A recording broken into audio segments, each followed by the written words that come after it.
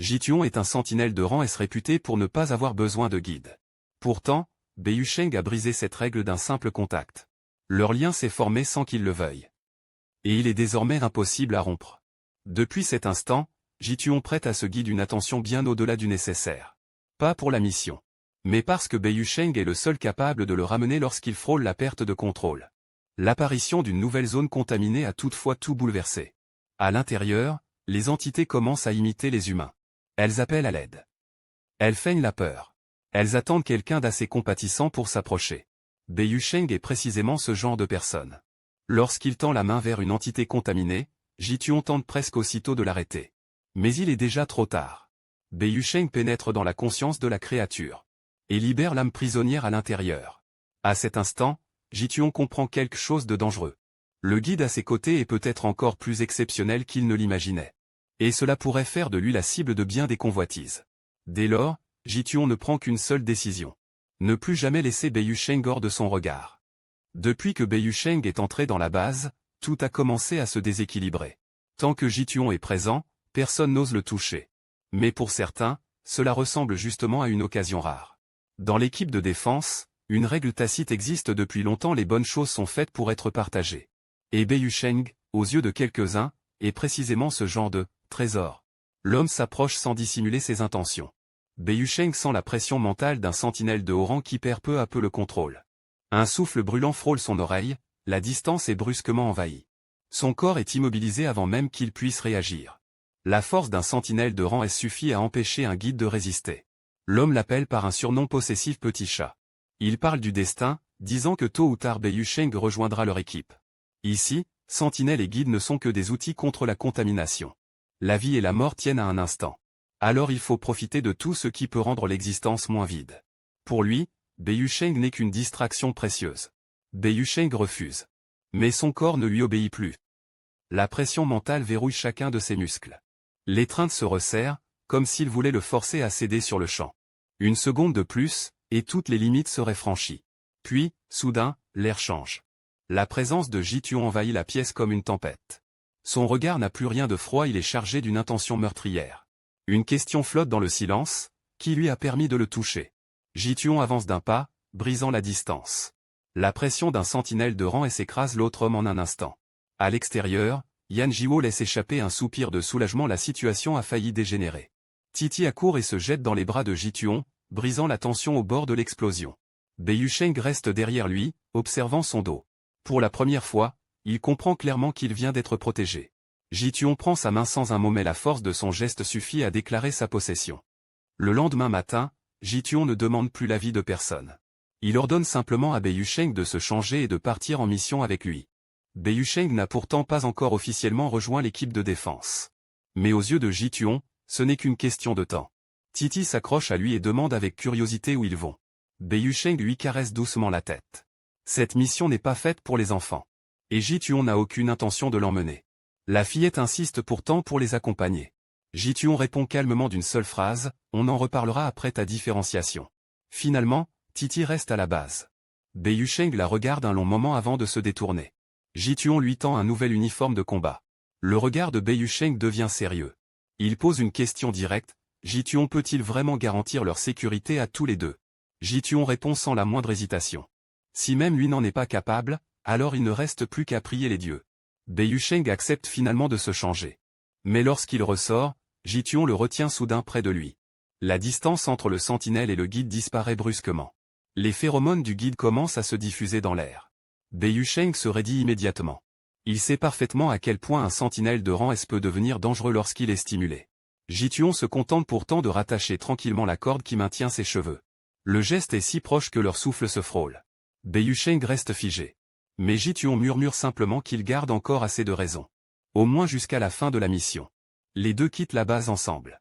À l'extérieur, l'équipe 2 les attend déjà. Et la rivalité entre les sentinelles de rang S commence à s'échauffer. Lorsque Ji-tuon arrive sur le parking, tous les membres de l'équipe se redressent immédiatement pour saluer leur capitaine. Personne ne s'attendait à voir Bei-yu-sheng à ses côtés. Un guide qui n'a même pas encore officiellement rejoint l'équipe de défense. Pourtant, Ji-tuon a décidé de l'emmener pour cette première mission. Il demande directement les clés du véhicule et se prépare à conduire lui-même. Quand un subordonné s'enquiert de l'identité de la personne qui l'accompagne, Ji-Tuon répond brièvement. Bei-Yu-Sheng est son guide attitré. Une seule phrase qui laisse tous les sentinelles autour d'eux figés. Car dans toute l'histoire de la tour, Ji-Tuon n'a jamais accepté le moindre guide. Et maintenant, il l'annonce ouvertement. Bei-Yu-Sheng s'assoit sur le siège passager, le regard tourné vers la vitre. Un long silence s'installe dans la voiture. C'est Ji-Tuon qui finit par le briser. Il demande à Bei-Yu-Sheng s'il a déjà affronté des entités contaminées. Bei-Yu-Sheng répond simplement qu'il en a déjà vu. Mais ce qui le met mal à l'aise, ce ne sont pas les entités contaminées. Ce sont les sentinelles. Bei-Yu-Sheng déclare franchement qu'il n'aime pas les sentinelles. Il veut seulement accomplir son rôle de guide. Puis partir.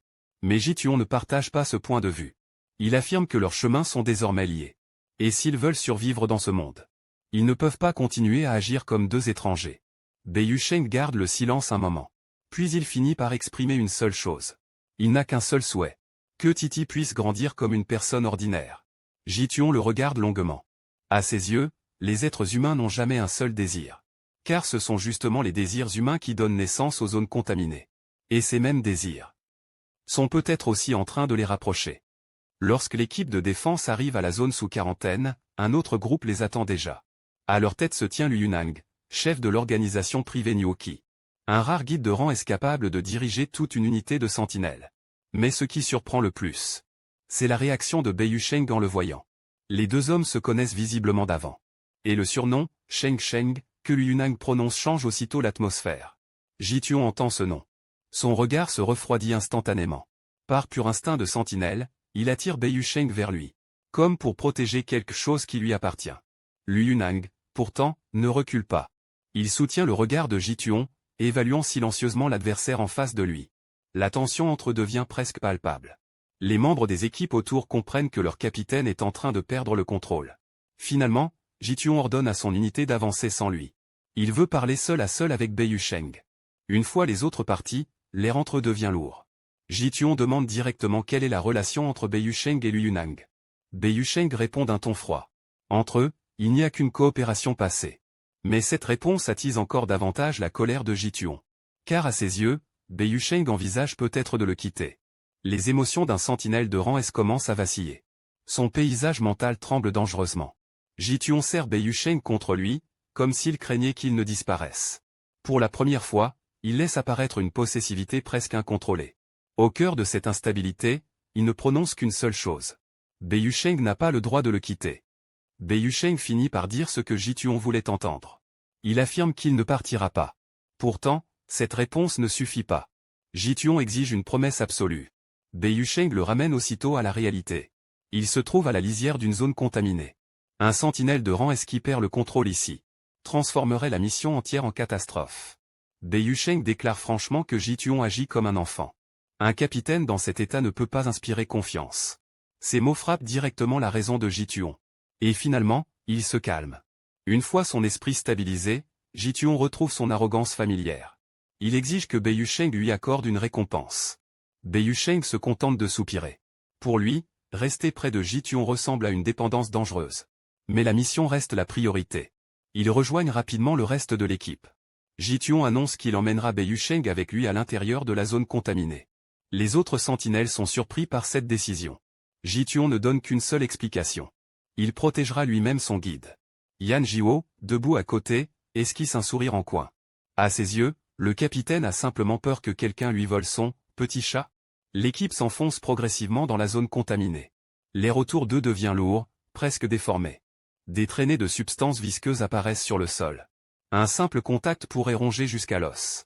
Ji-Tuon attire immédiatement Bei-Yu-Sheng plus près de lui. Il ne permet pas à son guide de sortir de son périmètre de protection. Mais alors qu'ils approchent du centre, un mouvement anormal surgit dans l'obscurité.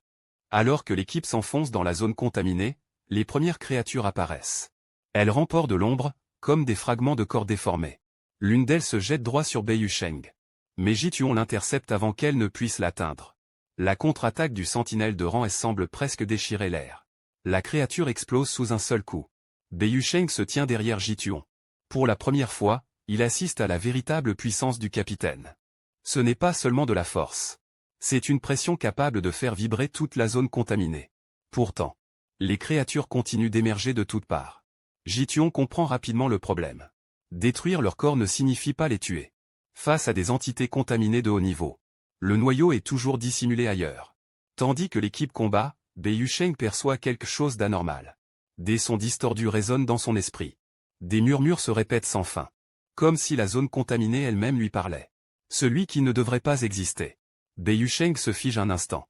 Ji-Tuan remarque immédiatement cette anomalie. Il attire son guide plus près de lui. Une simple parole rassurante suffit à maintenir Bei Sheng debout. Pendant ce temps, les autres sentinelles détectent une irrégularité dans la zone. Toutes les traces de contamination convergent vers un bâtiment. Derrière celui-ci, ils découvrent une structure étrange. Une porte, formée par la matière même de la contamination. Ce n'est pas seulement une entrée. C'est un passage menant directement au cœur de la zone contaminée. En avançant plus profondément dans le bâtiment, Bei Sheng ressent soudain un léger vertige. Des sons étranges commencent à résonner dans son esprit. Ji-Tuan perçoit immédiatement le changement. Il demande à son guide comment il se sent, mais Bei Sheng secoue simplement la tête. Avec l'expérience d'un sentinelle de rang S, Ji-Tuan comprend ce que cela signifie. Les hallucinations sont fréquentes dans les zones contaminées de haut niveau. Pourtant, Bei Sheng refuse de reculer. Il affirme que s'ils veulent protéger ce monde, ils ne peuvent pas se contenter de fuir. Ces mots retiennent le regard de Ji-Tuan un peu plus longtemps.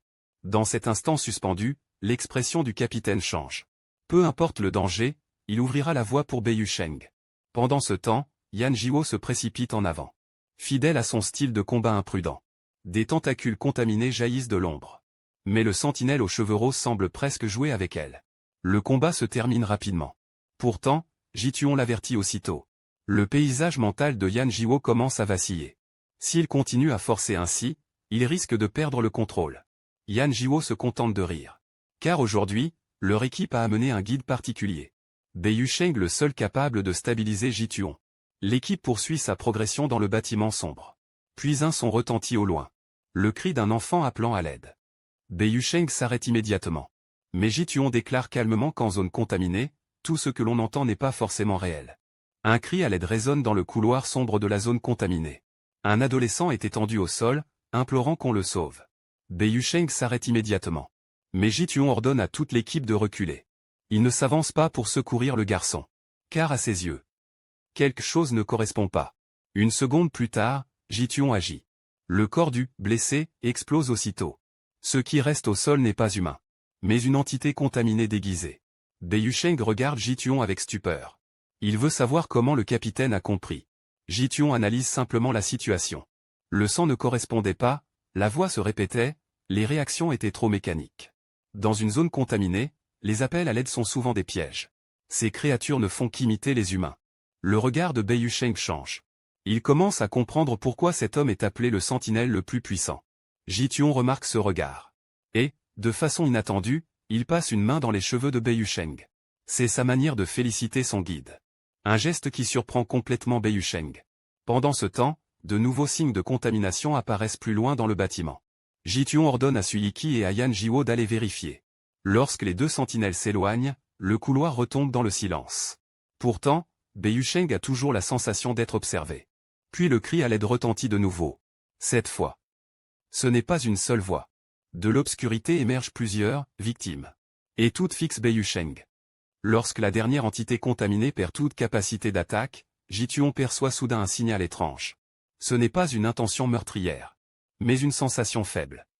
Presque un appel à l'aide. Bei Sheng le ressent lui aussi. Et pour la première fois, le guide veut s'approcher d'une entité contaminée. Ji-Tuan l'observe longuement. Le noyau de la créature a déjà été détruit. Elle n'a plus la capacité de se battre. Pourtant, ses tentacules se tendent encore vers Bei Sheng. Comme si elle cherchait à atteindre une lumière. Bei Sheng comprend l'étrangeté de la scène. Cette créature ne veut pas attaquer. Elle cherche une forme de délivrance. Ji-Tuan empêche immédiatement Bei Sheng de s'approcher davantage. Mais le regard du guide ne quitte pas l'entité. Et à cet instant, un souvenir envahit l'esprit de Bei Sheng. L'image d'un bureau éclairé toute la nuit. Un jeune employé nommé Lin Yuan, travaillant jusqu'à l'épuisement. Des tâches, des rapports, des appels qui s'enchaînent sans fin. Un travail qui ne s'arrête jamais. Un téléphone qui vibre sans relâche. De nouvelles exigences qui tombent encore et encore. La pression s'accumule, et Lin Yuan commence à s'effondrer. Il se met à se reprocher chaque erreur. Il se persuade qu'il est inutile. Et même avec plus de mains, il ne pourrait jamais tout accomplir. Dans son désespoir, il souhaite simplement que quelqu'un le sauve. Beiyusheng s'avance en silence. Il touche doucement la créature. Le guide lui transmet une onde mentale apaisante. Pour la première fois, la zone contaminée devient silencieuse. Dans la conscience de Lin Yuan, Beiyusheng apparaît comme un ange dans l'obscurité. Avant de disparaître, il ne laisse qu'une seule phrase, parfois. Ce n'est pas nous qui sommes en tort. Lorsque Beiyusheng transmet son énergie mentale à la créature, la zone contaminée s'effondre brusquement. Les tentacules se désintègrent en une multitude de points lumineux. L'obscurité entière se transforme soudain en un ciel rempli de lucioles. Les sentinelles de l'équipe vérifient immédiatement les environs. Mais toute trace de contamination a disparu. Les subalternes, apparus plus tôt, se sont eux aussi volatilisés. Yan Jiwo tient encore l'enfant qu'il vient de sauver. Il n'a même pas eu le temps de réaliser que le combat est terminé.